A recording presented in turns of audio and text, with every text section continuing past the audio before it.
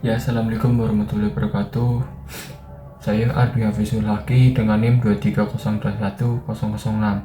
Di sini saya akan mempresentasikan materi tentang komunikasi dalam kewirausahaan. Itu ada pengertian komunikasi, tujuan dan fungsi komunikasi, terus ada jenis-jenis komunikasi.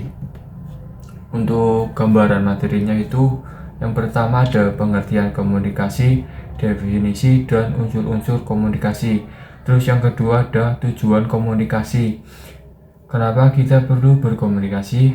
Terus yang ketiga fungsi komunikasi, peran komunikasi dalam berbisnis. Terus yang keempat jenis komunikasi, verbal, non-verbal, formal dan informal. Terus ada pengertian komunikasi, bahasa latinnya itu communicare, artinya itu berbagi atau menjadi milik bersama.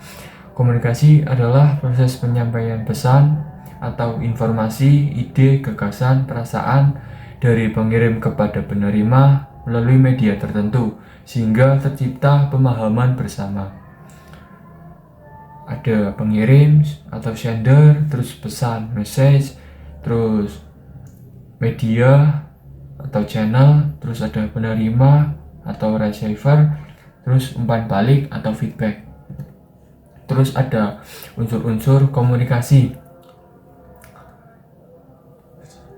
Contohnya ada teknik mesin melaporkan kerusakan mesin kepada supervisor pabrik. Yang pertama ada komunikator, teknik mesin yang menemukan masalah. Terus yang kedua ada pesan, laporan, gearbox unit 3 rusak, perlu pergantian.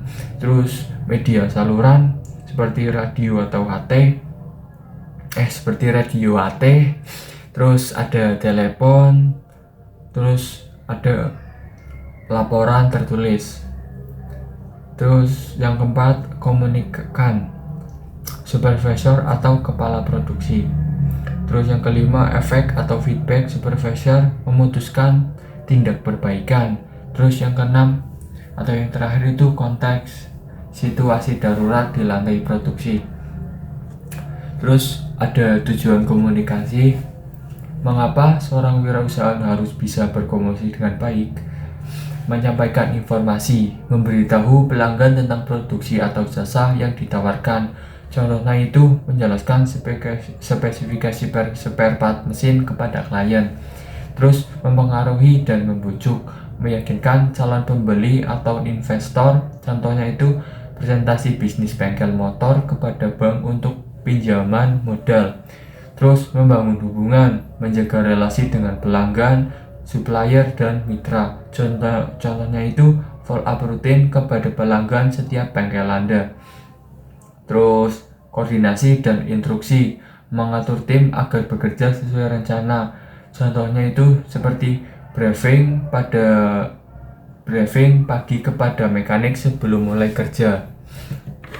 Terus ada tujuan komunikasi atau studi kasus.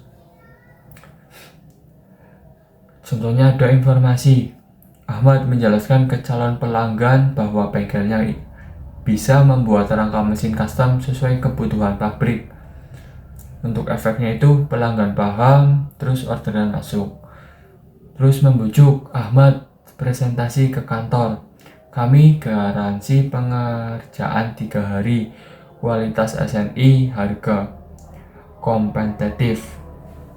Terus efeknya itu kontraktor deal, kontrak senilai 50 juta.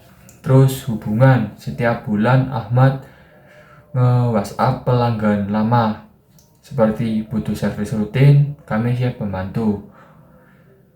Untuk efeknya itu repeat order meningkat 40%.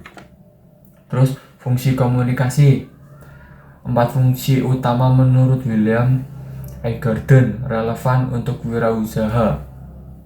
Yang pertama ada fungsi sosial, membangun hubungan antar manusia, menciptakan rasa kebersamaan dan kepercayaan. Contohnya, wirausahawan aktif di komunitas pengusaha daerah untuk memperluas jaringan bisnis. Terus yang kedua, fungsi ekspresif, menyampaikan pesan, menyampaikan perasaan, emosi, dan nilai-nilai yang diyakini.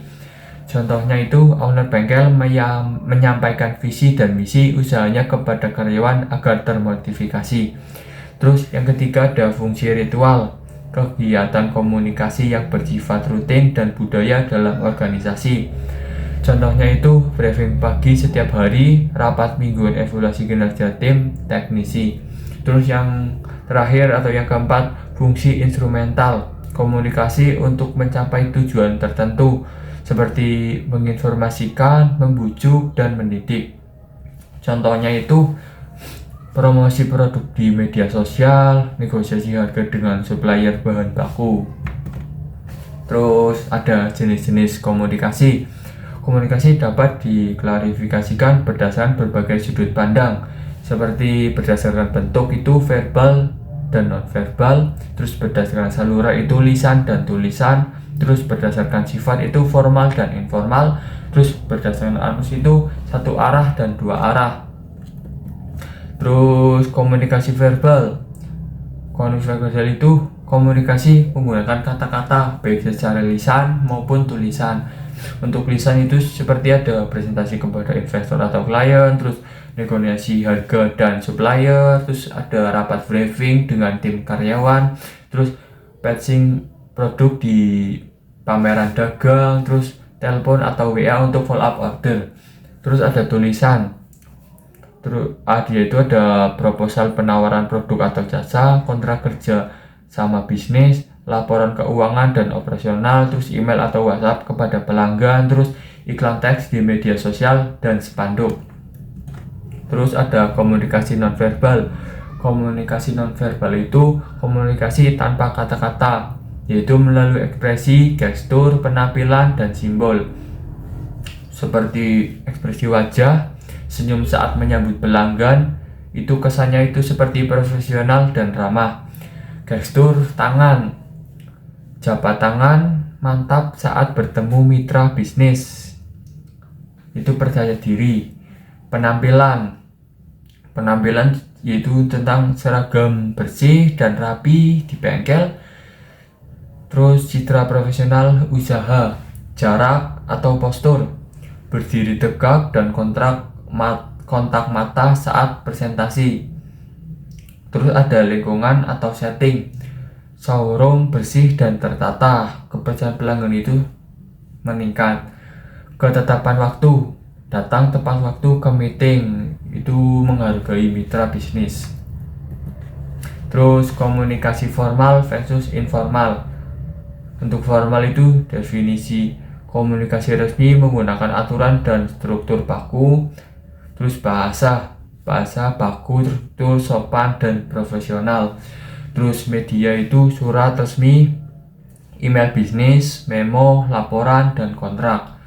Contoh itu surat penawaran harga kepada perusahaan manufaktur. Terus kapan? Saat berurusan dengan instansi, investor, klien, korporat. Terus informal, definisi komunikasi santai tanpa aturan baku atau hierarki resmi. Terus bahasa bebas, santai, bisa menggunakan bahasa daerah atau gaul. Media atau WhatsApp, obrolan langsung, media sosial, grup, chat. Contohnya itu chat WA dengan pelanggan setia atau karyawan lama. Terus kapan? Sehari-hari dengan rekan pelanggan akrab atau tim kecil. Komunikasi satu arah versus dua arah. Untuk satu arah atau one way, pengirim terus ke pesan, terus ke penerima, tidak ada umpan baliknya. Untuk contohnya itu iklan di radio, TV, atau spanduk. Terus pengumuman kepada karyawan.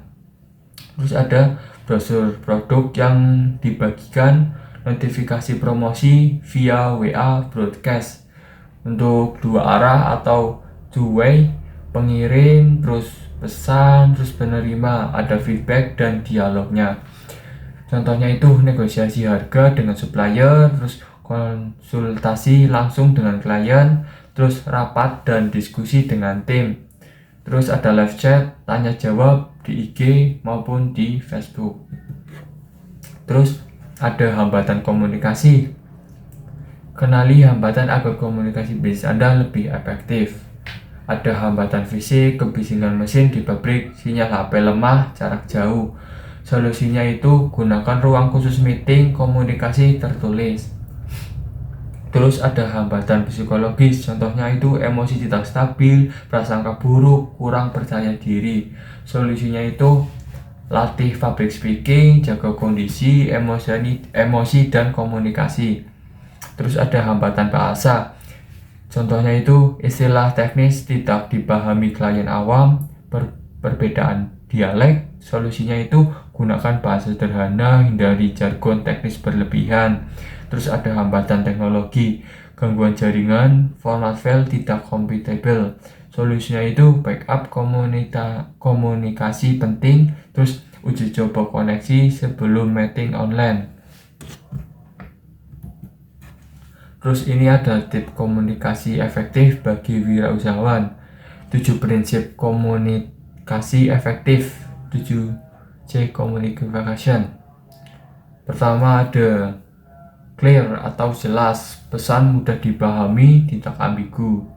Terus concise atau singkat, sampaikan inti tanpa bertele-tele. Terus konkret atau konkret, gunakan fakta, angka, atau data nyata.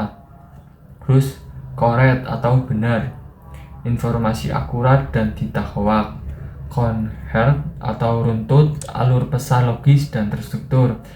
Complete atau lengkap, informasi mencakup semua hal penting. Courteous atau sopan, hormati penerima, gunakan kata baik. Terus yang terakhir ada courteous atau sopan, hormati penerima, gunakan kata baik. Terus ada rangkuman materinya. Yang pertama ada komunikasi adalah proses penyampaian pesan antara pengirim dan penerima untuk menciptakan pemahaman bersama. Terus yang kedua ada tujuan komunikasi, seperti menyampaikan informasi, mempengaruhi, membangun hubungan, dan koordinasi. Terus yang ketiga ada fungsi komunikasi, sosial ekspresi, ritual, instrumental, atau semua penting dalam mengelola bisnis. Yang keempat ada jenis komunikasi seperti verbal atau non-verbal, terus lisan atau tulisan, terus ada formal atau informal, terus satu arah atau dua arah. Terus yang kelima ada komunikasi efektif atau 7C, kunci sukses wirausahawan dalam bersaing dan berkembang.